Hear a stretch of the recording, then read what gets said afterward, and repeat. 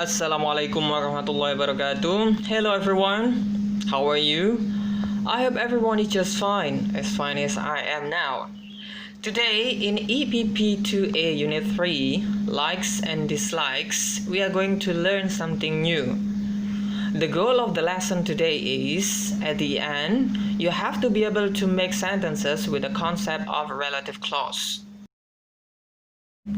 One thing that you have to remember, who and whom are for people, which and that are for things, for non-human. Well, actually, in advanced English, a word that can be used for people too. But right now we are learning the basic. So remember again, who and whom are for people, which and that are for things. The other thing that you have to remember is there are two kinds of relative clause: subject clauses and object clauses. Subject and object. Who, which, and that are for subject clauses, and whom, which, and that are for object clauses. I'll repeat. Who, which, and that are for subject clauses, and whom, which, and that are for object clauses. So who is for subject, whom is for object, and which and that, they can be used both, either in subject or in object clause. What is meant by subject clause? Take a look at this example.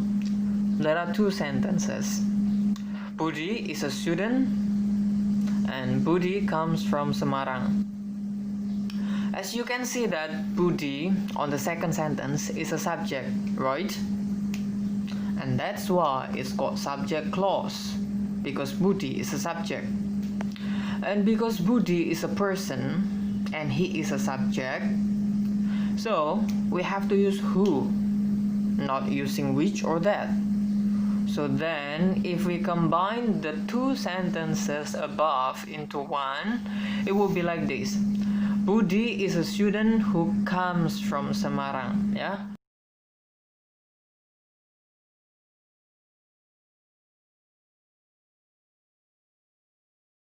Okay, now try this out. She likes painters, blah blah blah, use lots of color. What's the answer? Is it who, whom, which, or that?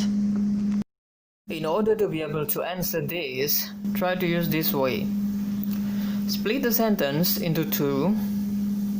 She likes painters. Painters use lots of color. Since painters on the second sentence is a subject, and painters are people, so we have to use who. So the answer is, she likes painters who use lots of color. We are still talking about subject clause.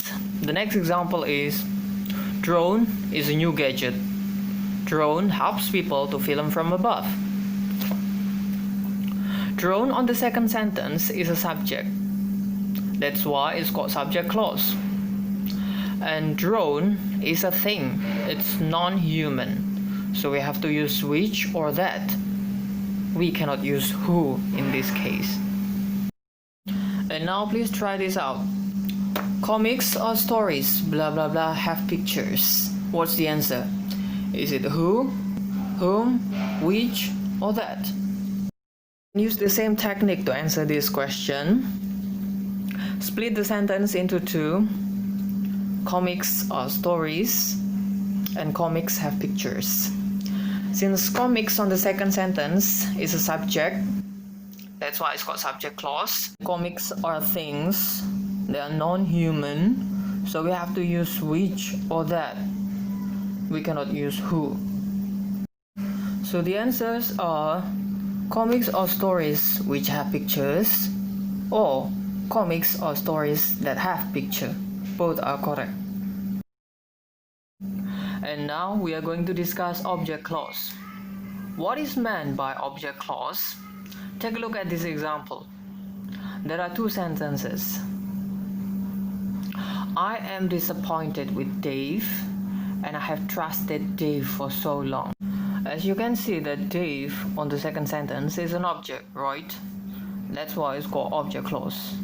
And because Dave is a person and he is an object, so we have to use whom, not using who or which. Then if we combine the two sentences into one, it will be I am disappointed with Dave, whom I have trusted for so long.